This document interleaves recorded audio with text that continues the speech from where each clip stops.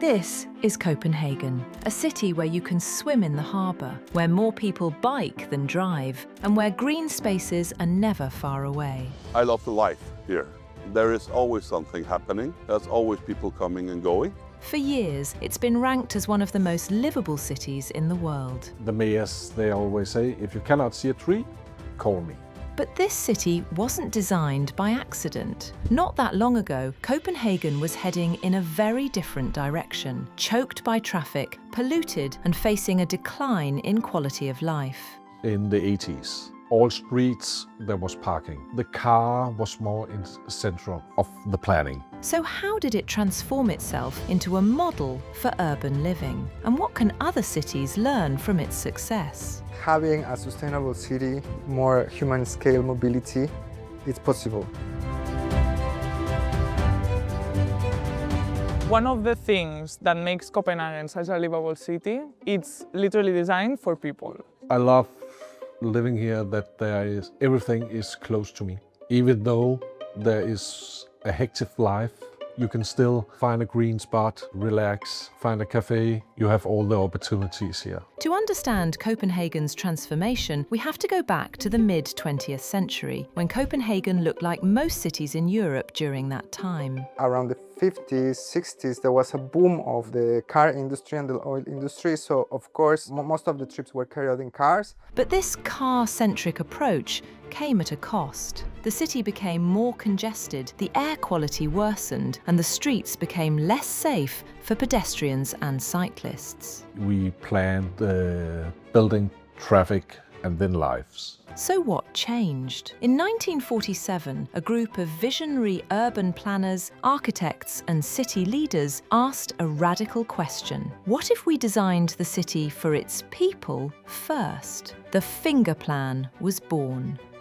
So it allows towns and cities around Copenhagen to connect easily through the fingers. Let's say that Copenhagen is here. The fingers allowed to construct highways or train stations, so people living in the outskirts of the city can easily come back and forth between Copenhagen. And in between the fingers, you will have green areas where you can grow agriculture. With the finger plan, Copenhagen expanded along connected corridors like fingers from a hand. The city had developed a blueprint for how it could grow without losing its human scale. Transport, housing and green areas working together. But this was just the beginning. A real shift was also happening on the streets. And one of the thinking here is that we are thinking about life first, then building, then traffic.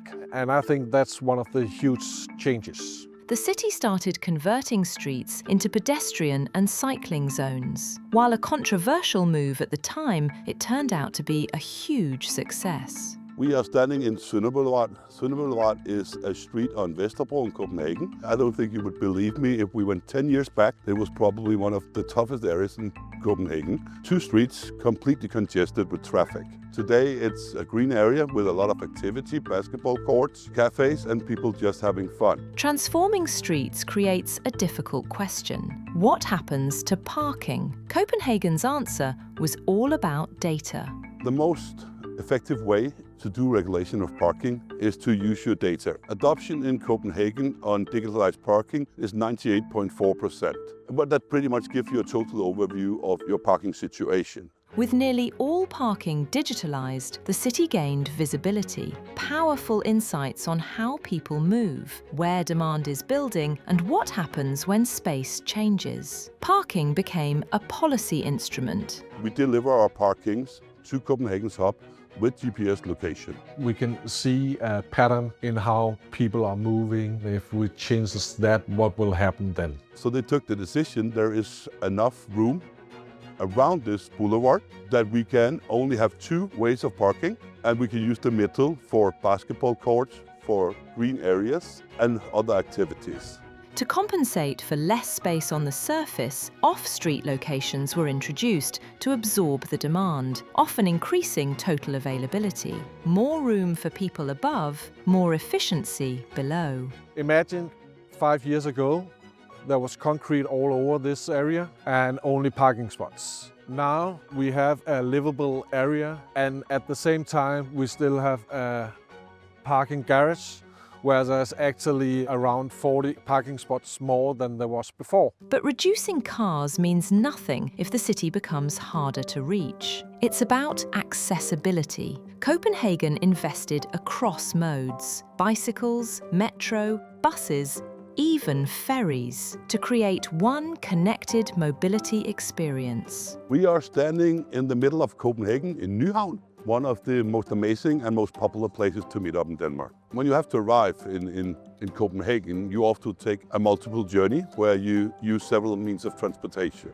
You have one card and now one app that will allow you to check in and check out public transportation, different modes of public transportation with the same cards. Over time, a clear preference emerged. People chose bicycles. Copenhagen invested heavily into the cycling infrastructure to make it a safe and efficient choice for residents. So in this image, for example, we can see how the number of trips in bicycles increases over decades. And specifically in 2005, it was when for the first time the number of trips carried out in bikes was bigger than the trips carried out in cars in the inner city. Zooming in, we see that Copenhagen didn't stop with mobility, and a great example of that is its harbour. Once heavily polluted, the city launched an ambitious clean-up effort. Today, the water is so clean that you can swim in it. They can come here and jump to the water, and actually I think it's pretty healthy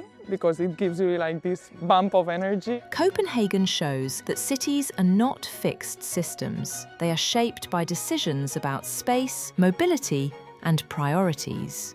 The lesson is that having a sustainable city, more human-scale mobility, is possible. I would say the lesson is like be bold and try to implement something new in your city, something more sustainable, something more livable.